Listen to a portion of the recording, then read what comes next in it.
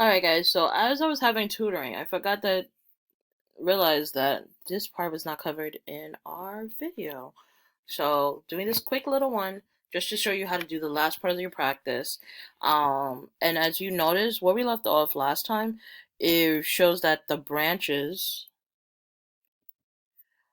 like now instead of us having one branch, we have multiple branches. So this is how you name it for multiple branches. Um,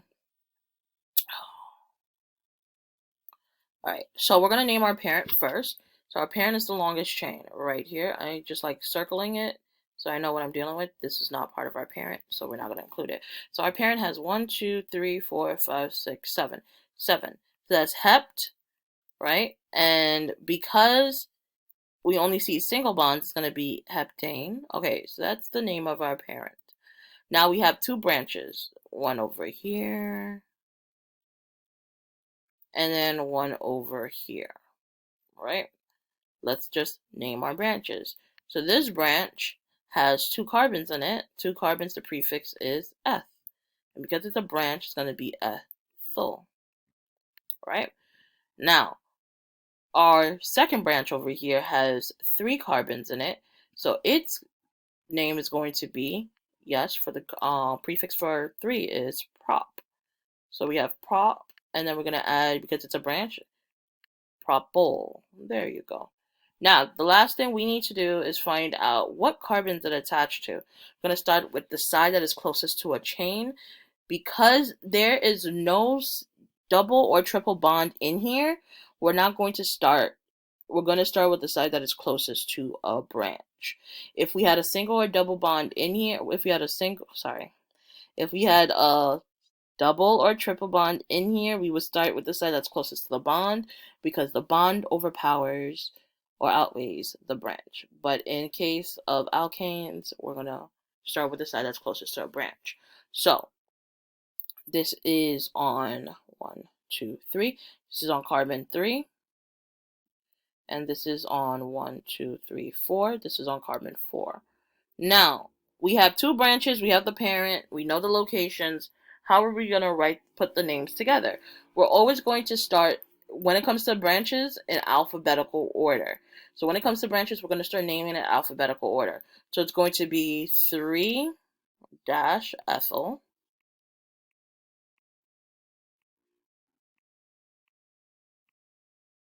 dash 4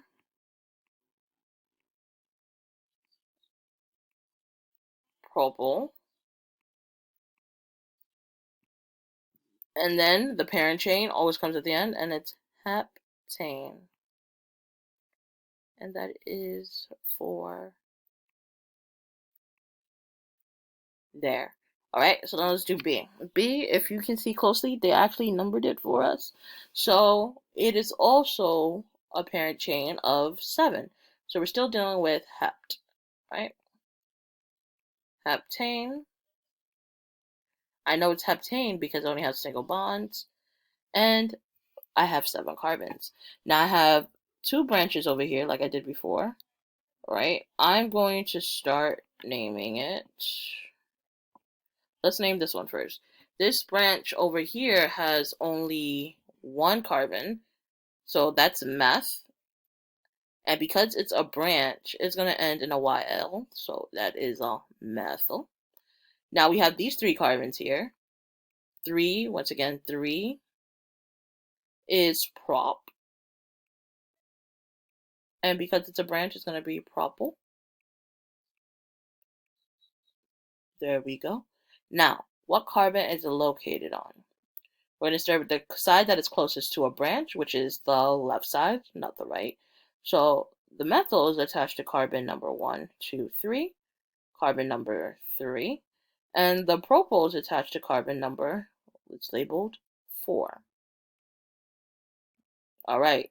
So now that we have that, we're going to go ahead and we're going to write the full name. Now, to write the full name, we're going to start in alphabetical order.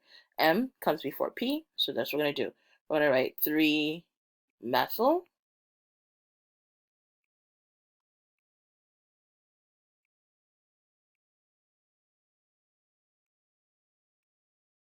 4 propyl. I forgot a dash line right there. It's not tedious, but it's good to follow the method. Put a dash line right there. 4-propyl. And then we're going to put heptane. Heptane. And there you go. Our name is 3-methyl-4-propyl heptane. If you have any questions, let me know, and I'm here to help you. Have a good day, guys.